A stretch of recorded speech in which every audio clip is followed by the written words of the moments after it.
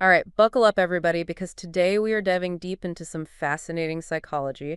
We're talking about the Dark Triad. Have you heard of it? Oh yeah. It's this cluster of personality traits: It's narcissism, Machiavellianism, and psychopathy. yep. They're often misunderstood, but incredibly intriguing. We've got tons of research to unpack today, so get ready for some juicy insights. Yeah, it's important to note that we're not talking about full-blown disorders. We're talking about traits. These traits, they exist on a spectrum, Okay, and everyone possesses them, I think, to some degree. right. It's really the intensity and the combination of these traits that make the Dark Triad and so captivating. Okay, so let's unpack this. Let's start with narcissism. We all know the myth of Narcissus, Right. the guy who fell in love with his own reflection. Right. And that myth, as told by Ovid in his Metamorphoses, really kind of laid the groundwork for our modern psychological understanding of narcissism. Of course, our understanding has evolved over time, but that origin story is still a powerful illustration of self-obsession. Speaking of self-obsession, I read a study that analyzed North Korean leader Kim Jong-un's behavior, and they suggested he might exhibit strong narcissistic tendencies. Yeah, that study highlighted his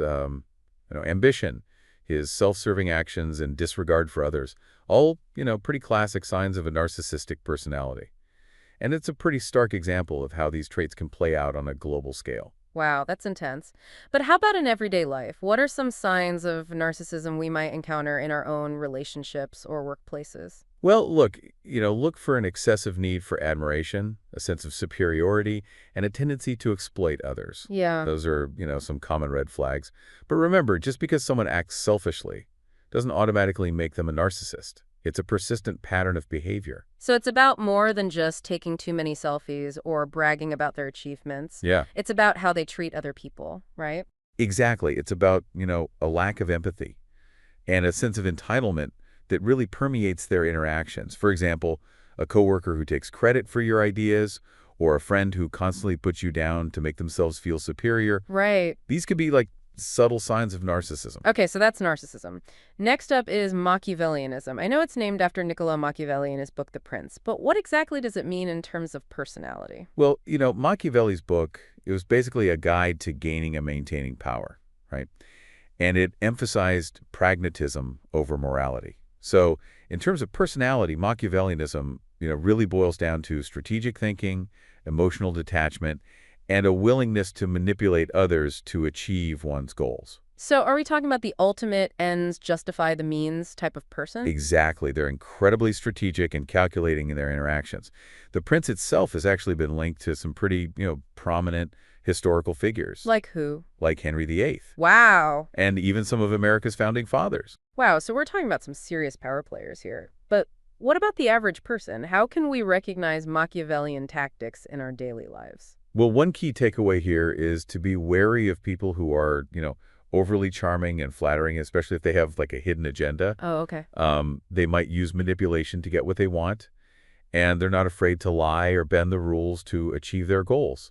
So, pay attention to inconsistencies between their words and actions. So trust your gut if something feels off. Absolutely. If someone seems too good to be true, or if their actions don't match their words, that's a red flag. Okay, that makes sense. All right, on to the last one, psychopathy. It's a term that gets thrown around a lot. But what actually defines it? Well, the core characteristics of psychopathy are a lack of empathy, impulsivity, thrill-seeking, and a disregard for social norms. And, let's be clear. Psychopath is a clinical term. Okay. So we shouldn't use it lightly. We're not talking about your average rule breaker here. So it's not just about being a rebel or having a wild side.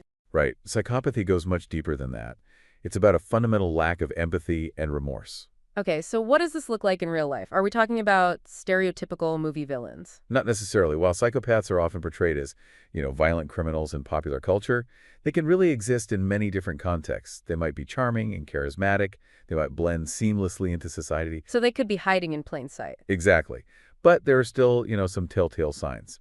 Look for inconsistencies in their behavior, a lack of genuine emotional depth, and a pattern of exploiting others for personal gain. This is all getting pretty intense. So we've got narcissism, Machiavellianism, and psychopathy. Three very distinct traits, but with the potential to overlap, right? Absolutely. They can exist independently, but they also tend to cluster together. And that's what makes the Dark Triad so fascinating and, frankly, a little unsettling. So, what's the deal with this dark allure? Why are we so drawn to these personalities? I mean, think about all those charismatic villains in movies and TV shows.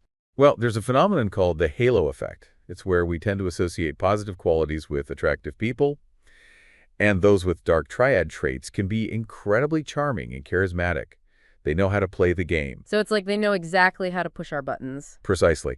And they exploit that to their advantage. It's not that we're inherently attracted to darkness, it's that we're attracted to the confidence and power these personalities often project. Okay, that makes sense. But this brings up another question. Are we all a bit dark deep down? Do we all possess these traits to some extent? To some degree, yes. Remember, it's a spectrum. Right. It's normal to have a little bit of narcissism or Machiavellianism. In fact, these traits can be beneficial in certain situations. So a healthy dose of confidence and ambition can be a good thing. Absolutely. It's about finding a balance. But when these traits become dominant, that's when they can lead to all sorts of problems in relationships, workplaces, even on a societal level. This is all pretty mind-blowing. So how do we know when those healthy traits cross the line into something more problematic? And what role do genetics and environment play in shaping these dark personalities? Those are great questions, and ones we'll definitely delve into as we continue our deep dive into the Dark Triad.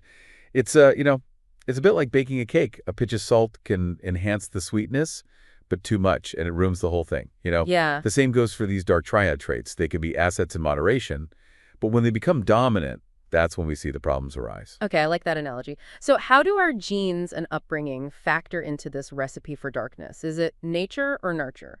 Or a bit of both? Well, research suggests that genetics definitely play a role in predisposing individuals to these traits.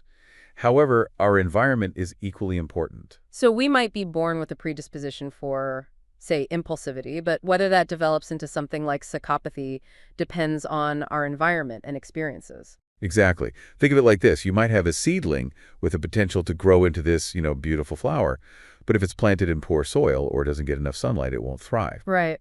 The same goes for personality traits. Early childhood experiences, especially trauma, can significantly impact how these traits develop. So things like abuse, neglect, or even inconsistent parenting can create an environment where those darker tendencies are more likely to flourish. Precisely. And that's why it's so important to remember that people with these traits aren't inherently bad or evil. Yeah. They're often products of their experiences, just trying to cope with the world in the best way they know how. That's a really good point. It's easy to label people, but it's crucial to understand the complexities behind these behaviors. Okay, so let's shift gears a bit and talk about how to spot these dark triad traits in our own lives, especially in relationships. What are some red flags we should be aware of? Well, with narcissism, you might notice a pattern of manipulative behavior, a constant need for validation, and a lack of empathy for your feelings. So it's not just about them being self-centered, it's about how that self-centeredness affects their interactions with others. Exactly. It's about a lack of reciprocity in the relationship. Yeah. You're constantly giving and they're constantly taking without any genuine concern for your well-being. And what about Machiavellianism? How does that play out in relationships? Well, Machiavellians are masters of deception and manipulation. They'll use charm and flattery to get what they want. And they're not afraid to lie or bend the rules to achieve their goals. Trust becomes a major issue because you never quite know where you stand with them. Okay, that makes sense. Now, how about psychopathy? You mentioned earlier that they can be quite charming, which seems counterintuitive. What are some signs we should be looking for? Well, spotting a psychopath can be tricky because they're often so good at blending in. They might come across as incredibly charming and charismatic, but it's a facade. Right. Over time, you'll start to notice inconsistencies in their behavior, a lack of genuine emotion, and a lack of remorse or guilt for their actions. So it's like they're wearing a mask, carefully crafting the image they want to project. That's a great way to put it. They're experts at impression management, knowing how to manipulate their way into people's lives while concealing their true intentions. This is all starting to sound pretty daunting. Is there any hope for people in relationships with individuals who exhibit these traits? Can these personalities change? That's a very complex question. While some individuals with dark triad traits might be open to therapy and self-improvement, the odds of significant lasting change are slim. These are deeply ingrained personality patterns, often resistant to change. So it's not like those Hollywood movies where the bad boy suddenly has change of heart and becomes a completely different person. Unfortunately, real life is rarely that simple. We need to be realistic about the challenges involved. Okay, so if someone finds themselves in a relationship with someone exhibiting these traits, what can they do to protect themselves? Well, awareness is key. And, the once you understand these traits and how they manifest, the better equipped you'll be to spot red flags and make informed decisions about your relationships. So knowledge is power in this situation. Absolutely. It's about setting boundaries, trusting your gut instincts, and knowing when to walk away. Sometimes the best way to protect yourself is to remove yourself from the situation entirely. We talked earlier about the allure of the Dark Triad and how those traits can be strangely attractive, especially in fictional characters. Why do you think that is? Well, think about it. These characters often exude confidence, charisma, and a sense of mystery. They're not afraid to break the rules or challenge the status quo, which can be exciting, especially in a world that often feels predictable and mundane. So it's like we're drawn to the forbidden fruit, the idea of someone who lives by their own rules. Exactly. And that's why it's so important to remember that real life isn't a movie. These traits, while entertaining on screen, can have very real and damaging consequences in real-life relationships. We need to be careful not to romanticize these It's personalities. like we need a disclaimer at the beginning of these shows. Don't try this at home, folks. This is fiction, not a relationship guide. Exactly. It's easy to get caught up in the fantasy, but it's important to maintain a healthy dose of realism. It's interesting that you bring up the portrayal of these characters in popular culture. I'm thinking about characters like Jonathan Fraser from The Undoing or Joe Goldberg from You. These are characters who are clearly manipulative and dangerous, but they're also incredibly captivating. It's because they're written that way. Good storytelling often involves creating complex characters with both positive and negative qualities.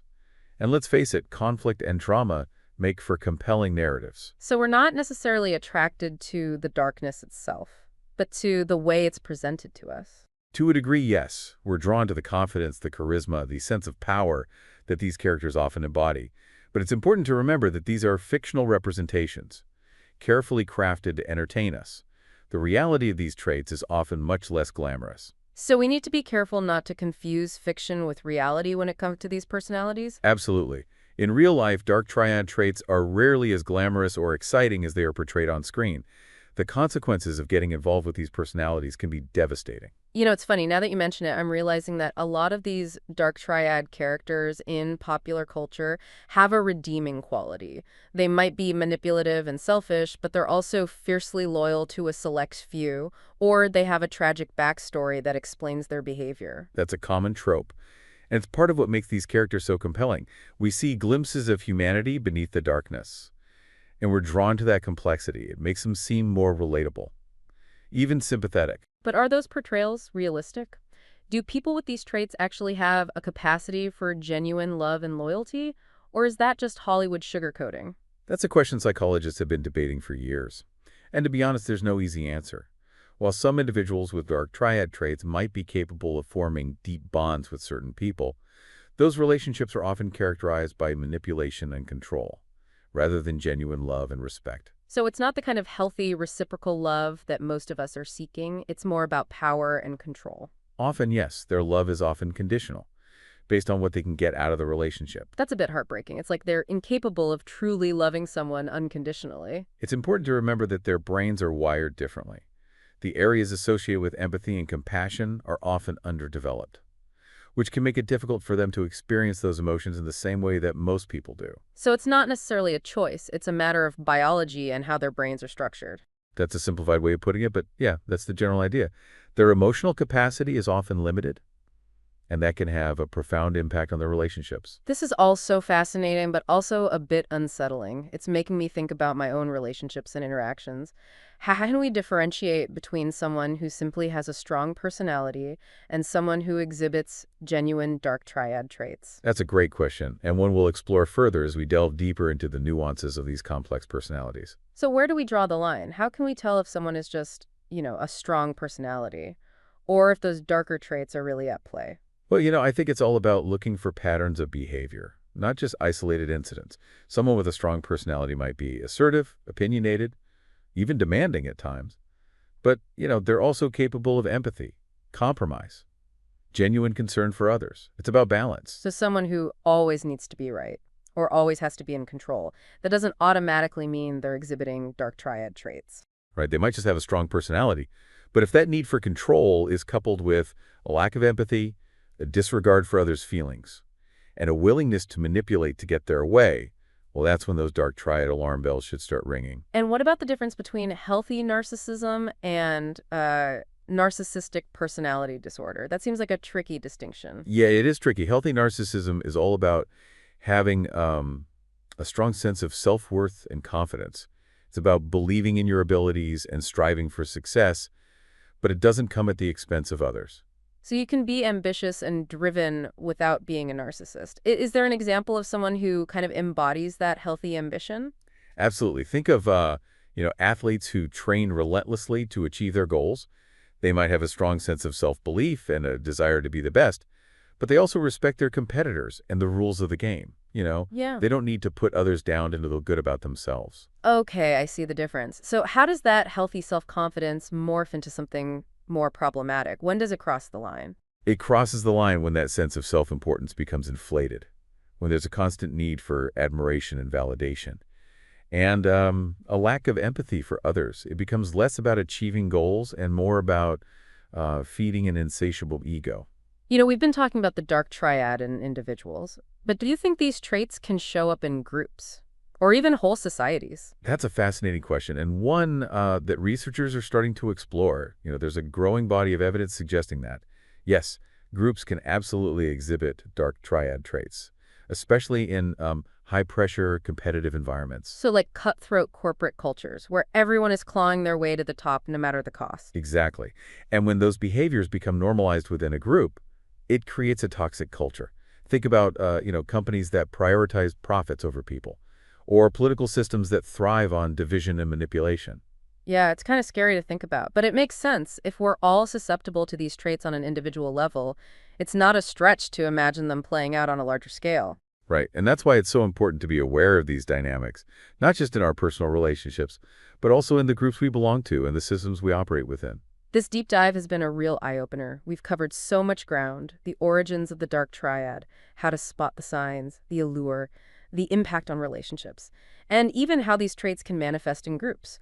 What's one key takeaway you'd like our listeners to remember? I think the most important thing is that knowledge is power. The more you understand these traits, the better equipped you'll be to navigate, the complexities of human behavior. Remember, it's a spectrum. We all have some of these traits within us. It's about recognizing them, understanding their influence, and making conscious choices about how we interact with the world. That's a great point to end up. So after learning about the dark triad, do you see any of these traits in people you know? How might this knowledge help you navigate your relationships more effectively? Remember, approach new relationships with a healthy dose of caution and observation. And while we often see these dark triad characters redeemed in movies and TV shows, is that realistic? Are some people truly beyond redemption? We'll leave you to ponder those questions. Thanks for joining us on this deep dive into the fascinating and sometimes unsettling world of the dark triad.